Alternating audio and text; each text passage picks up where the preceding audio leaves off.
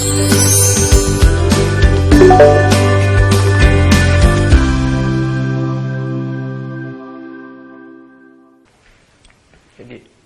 Basic mathematics में अब हम आ जाते हैं कैलकुलस पे। ठीक है, कैलकुलस का यूज भी बहुत जगह होएगा फिजिक्स में।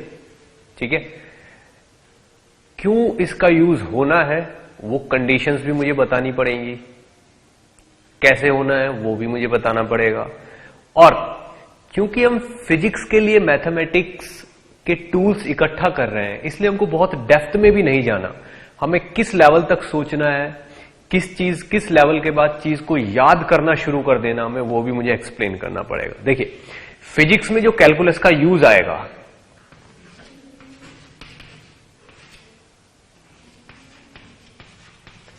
फिजिक्स में जो कैलकुलस का यूज आएगा वो आएगा चेंज। आपको रेट बताना पड़ेगा, रेट ऑफ चेंज। कोई चीज टाइम के साथ, डिस्टेंस के साथ या किसी भी फैक्टर के साथ चेंज हो रही होगी। अब वो चीज तेजी से चेंज हो रही है, धीरे से चेंज हो रही है, उसके चेंज होने का रेट किस तरीके से वेरी कर रहा है, कांस्टेंट है, क्या है, वो चेंज का रेट आपको इसमें कैलकुलस में बताना पड़ेगा। तो कैलकुलस एक तो चेंज का रेट बताती है, ठीक है ना। दूसरा इसका पार्ट होता है इंटीग्रेशन, ठीक है, that is opposite to differential. ठीक, खूब सारी चीजें जो मुझे इसमें एक एक करके आपको एक्सप्लेन करनी पड़ेगी। अब रेट ऑफ चेंज दो टाइप का होता है, एक तो एवरेज और एक इंस्टेंटेनियस।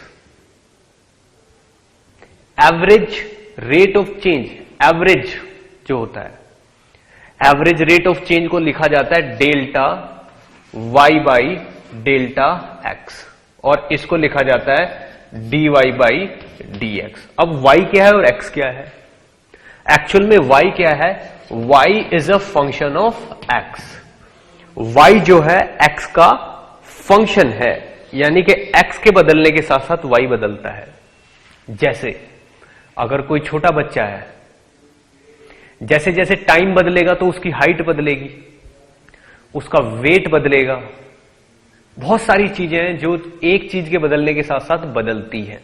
ठीक है, टाइम के साथ साथ उसकी क्लास बदलेगी, पढ़ाई लिखाई करेगा, उसकी नॉलेज का लेवल बदलेगा। तो बहुत सारी चीजें हैं जो टाइम के साथ या किसी और चीजों के साथ बदलती रहती हैं। ठीक है ना, उसकी हाइट के साथ साथ उसका वेट भी चेंज होता रहेगा।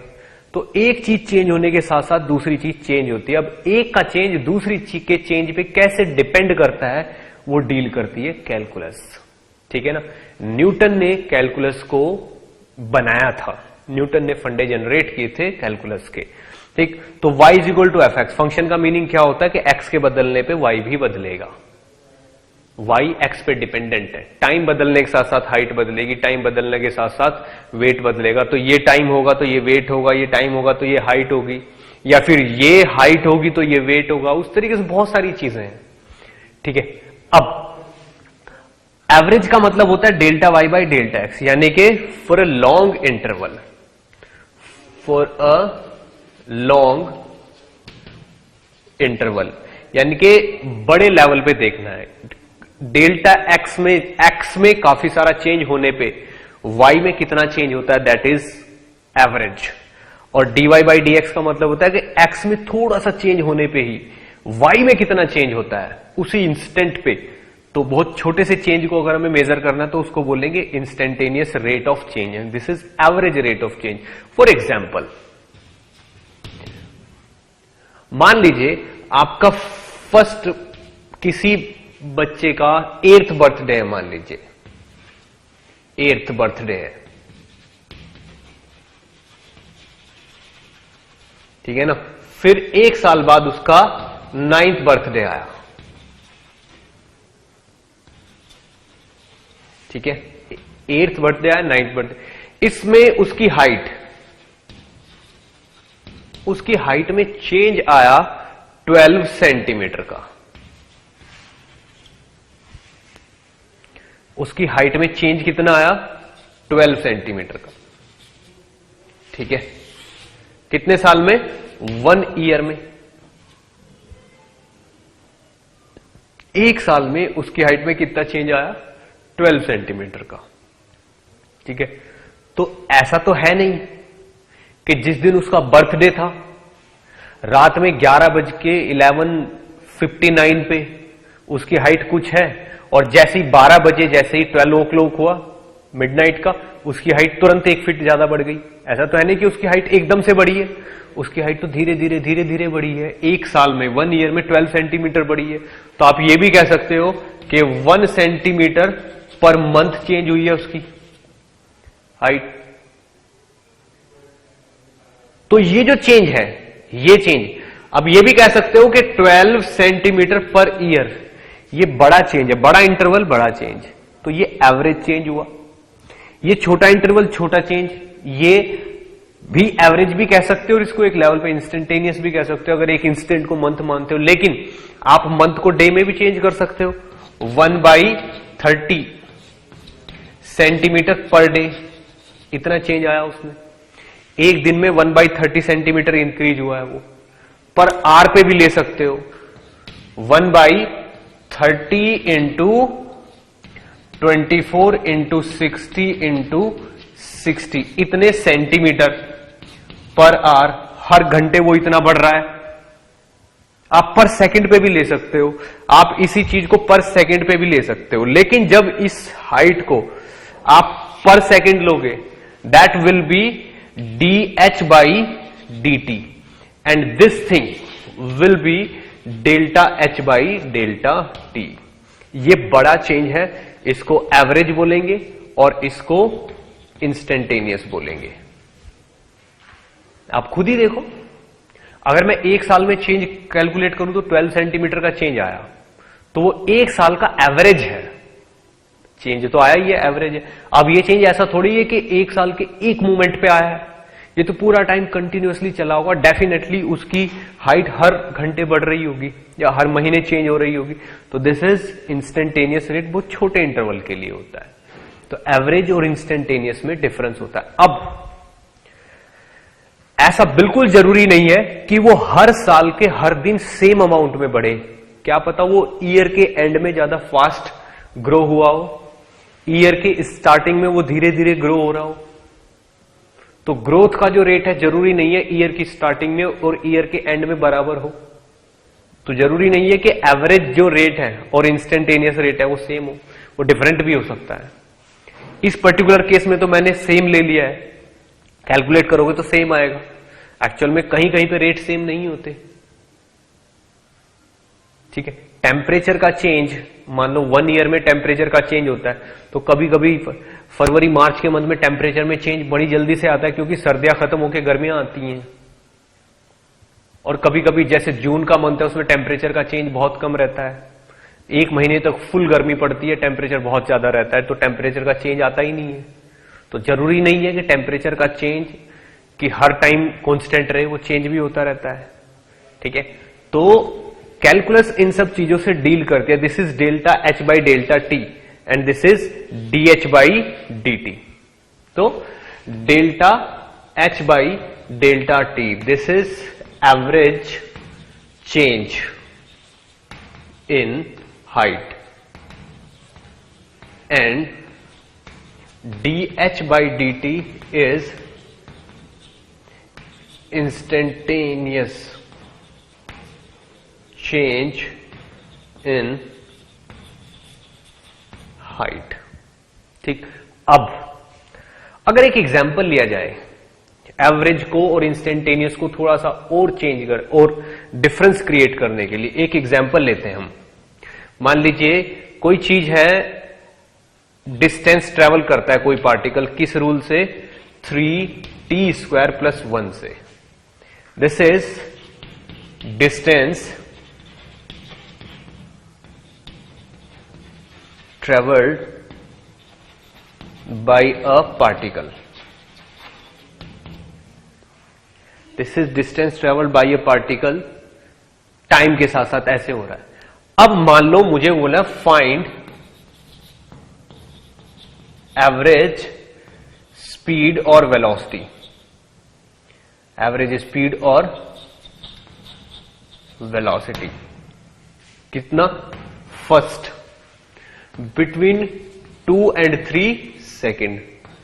सेकेंड केस में क्या पूछा गया? बिटवीन 2 and 2.1 सेकेंड, यानी कि हम इंटरवल को छोटा करते जा रहे हैं एवरेज निकालने का, ठीक है ना। थर्ड केस में क्या पूछा है?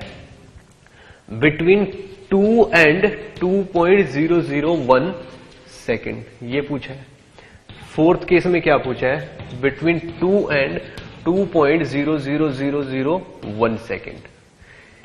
चार केस है, इन चारों केस में वी एवरेज निकालना है मुझे। वी एवरेज कितना होगा? तो अगर मैं फर्स्ट केस में वी एवरेज निकालूंगा तो वी एवरेज क्या होगा? Delta x by delta T. इसका मतलब क्या होगा? x2 minus x1 by t2 minus t1, ये होगा एवरेज चेंज का मीनिंग। अब x2 का मतलब क्या होगा? मैं फर्स्ट केस सॉल्व करूं तो x2 का मीनिंग है x at t is equal to 3 minus x, और x1 का मीनिंग क्या है? x1 is equal to x at t is equal to 2, ठीक है। तो अब यहां पे अगर मैं फर्स्ट केस सॉल्व करूं तो x2 की वैल्यू क्या आएगी? t इज इक्वल टू 3 पे x की वैल्यू, तो t इज इक्वल टू 3 पे अगर मैं x की वैल्यू निकालूंगा तो यहां पे x2 कितना आ जाएगा? 9 इंटू 3 प्लस 1 28 आ गया, और x1 की वैल्यू कितनी आ गई? x at t is equal to 2, अगर 2 पे निकालूं तो 2 2 जा 4 13 आ गया, ठीक है। तो इस जगह से अगर मैं delta x by delta t निकालूंगा तो 28 माइनस 13 बाई t, 3 माइनस 2 कितना आ गया? 15 मीटर पर सेकेंड। तो ये कितना आया? 15 मीटर पर सेकेंड। ये एवरेज स्पीड आ गई, एवरेज वेलोसिटी। अब आप इनको ट्राई करिए, ठीक है, ट्राई करिए, आपके पास 2 मिनट का टाइम है। ओके, तो मैंने देखा कि फर्स्ट केस में जो एवरेज रेट आया वो 15 आया है, ठीक है। तो फर्स्ट केस में अगर मैंने वी एवरेज निकाला है, ठीक है, तो कितना आया है? 15 मीटर पर सेकेंड। ये तब आया है किस किस के बीच में? t इज इक्वल टू 2 से लेके t इज इक्वल टू 3 के बीच में। अगर मैं सेकेंड केस कैलकुलेट करूं तो x2 क्या होगा? x2 होगा x at t is equal to 2.1, और x1 क्या होगा? x at t is equal to 2.0। तो जब मैं सेकंड केस में x2 minus x1 by 2.1 minus 2 करूंगा, ठीक है, तो एवरेज आएगा 12.3 मीटर पर सेकेंड। आप देखो क्या निकल के आया? 12.3। ये कितना है? 15। अब अगर मैं थर्ड केस सॉल्व करूं, ठीक है, तो थर्ड केस में x2 minus x1 by 2.001 minus 2.0 करूंगा तो कितना आएगा? 12.003 मीटर पर सेकेंड आएगा। और फोर्थ केस में करूंगा मैं ये x2 minus x1 by 2.00001 minus 2.0, ये वाली वैल्यू निकालूंगा तो आएगा 12.00003 मीटर पर सेकेंड, ठीक है ना। अब अगर ये रिजल्ट देखे जाए, पहले केस में कितना है? 15, दूसरे में कितना है? 12.3, तीसरे में कितना है? 12.003, और फोर्थ केस में कितना है? 12.00003, इतने मीटर पर सेकेंड।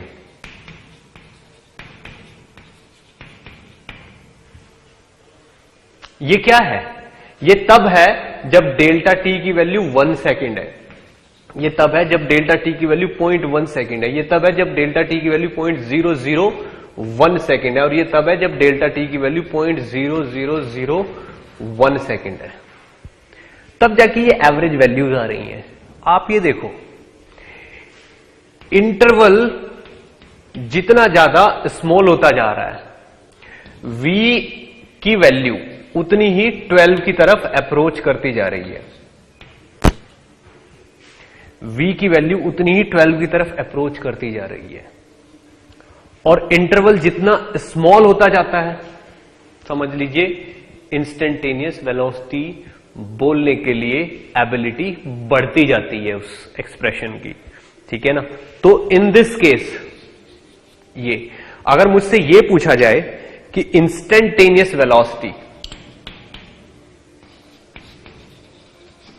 और वेलोसिटी कितनी होगी इस केस में, तो मैं क्या करूंगा, limit delta T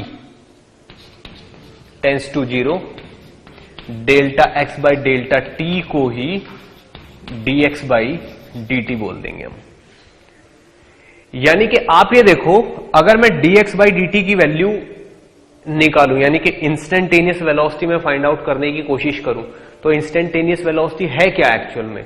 instantaneous velocity है बहुत छोटे इंटरवल में पोजीशन का चेंज, तो बहुत छोटे इंटरवल में पोजीशन का चेंज इतना आता है, और जितना छोटा इंटरवल होता जाता है उतना ही इंस्टेंटेनियस वेलोसिटी बोलने का हमारा जो ग्रेविटी है वो बढ़ती जाती है। तो दिस इज फाइनल एक्सप्रेशन। अगर एवरेज निकाल रहे हो आप, फंडा एक ही है, एवरेज निकाल रहे हो और जो इंटरवल है वो टेंस टू 0 है, तो एवरेज का एक्सप्रेशन ही आपको इंस्टेंटेनियस दे देगा dx बाई dt, ठीक है ना। तो this is relation between average value and instantaneous value. इसको अच्छे से नोट करिए, फिर हम आगे बढ़ते हैं।